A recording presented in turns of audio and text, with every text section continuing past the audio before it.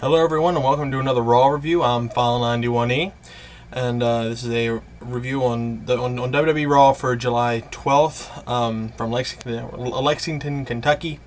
The main theme of this Raw was build to this Sunday's Money in the Bank pay-per-view.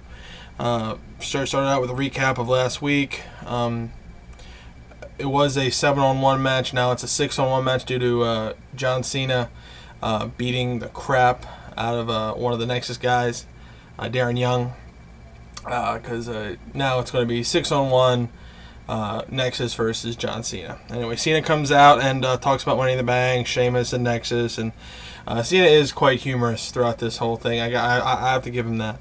And the GM, spoke up and he announced that any interference in this match results in a 90-day suspension, even for Nexus members or the Raw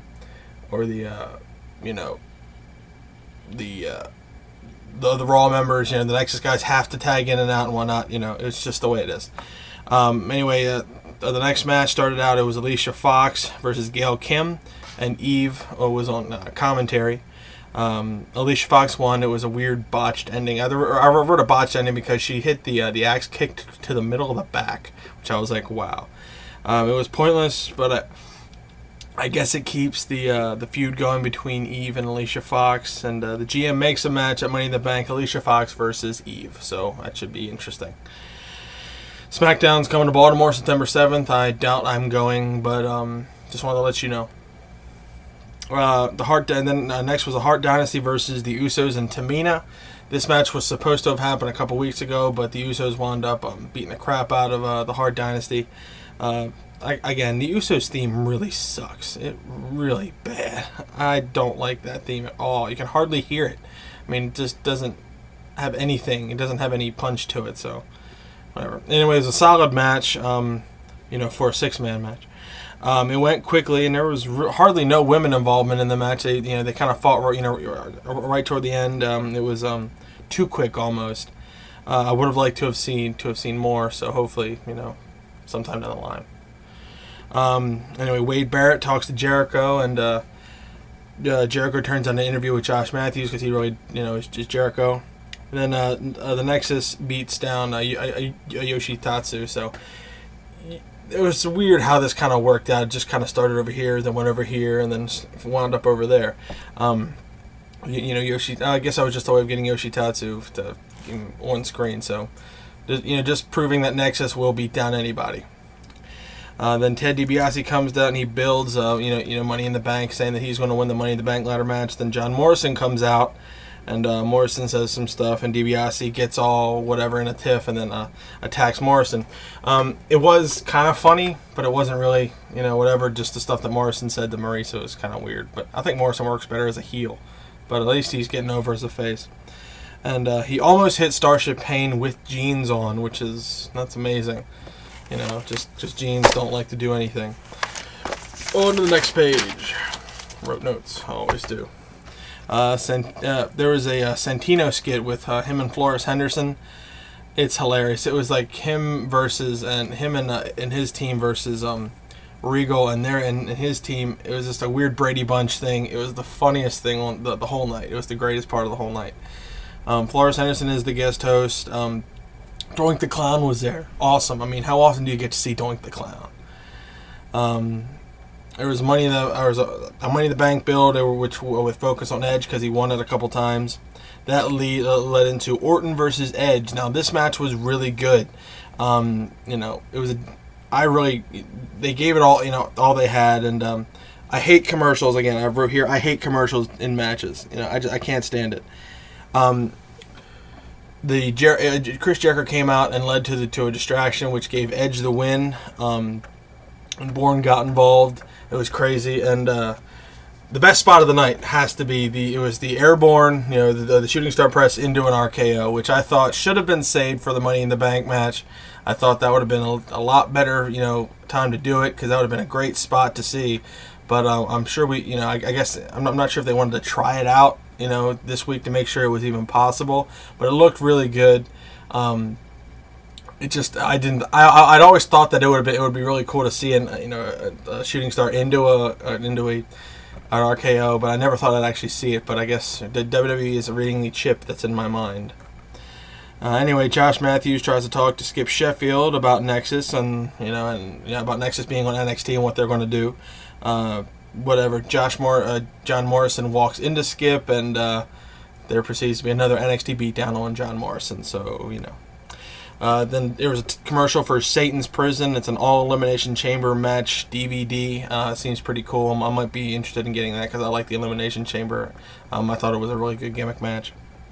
Or it is a good gimmick match. The Miz addresses the crowd about Money in the Bank. He comes out, and the GM says that the Miz has to face R-Truth's replacement because R-Truth isn't going to be in the Money in the Bank ladder match.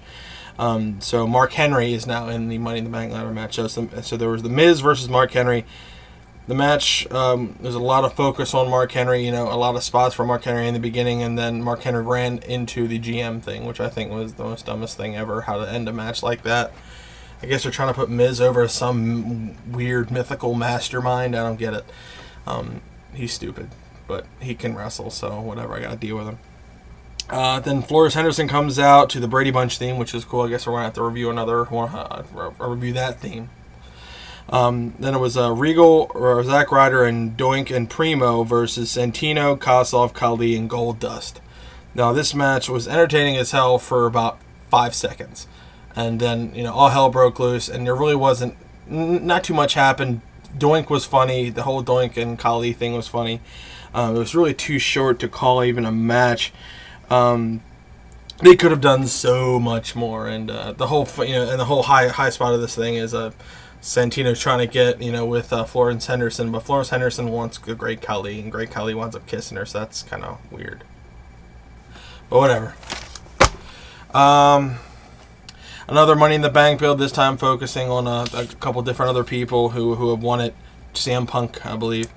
Then they, gave a rundown of about Money in the Bank. Sorry for the stuttering. I'm just really tired today. They did a bunch of stuff on Money in the Bank.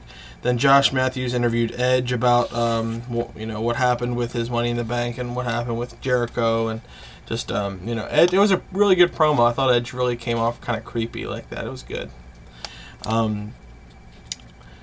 Then Sheamus confronts Evan Bourne, and